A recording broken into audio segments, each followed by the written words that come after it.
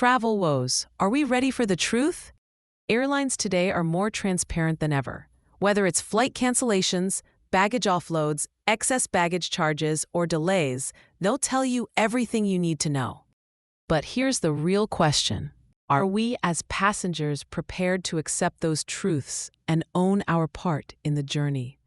Before pointing fingers, let's pause and reflect. Have we planned our travel thoughtfully? Did we pack within the allowed baggage limits? Have we researched the weather conditions at both our departure and arrival destinations? And here's a key reality many overlook.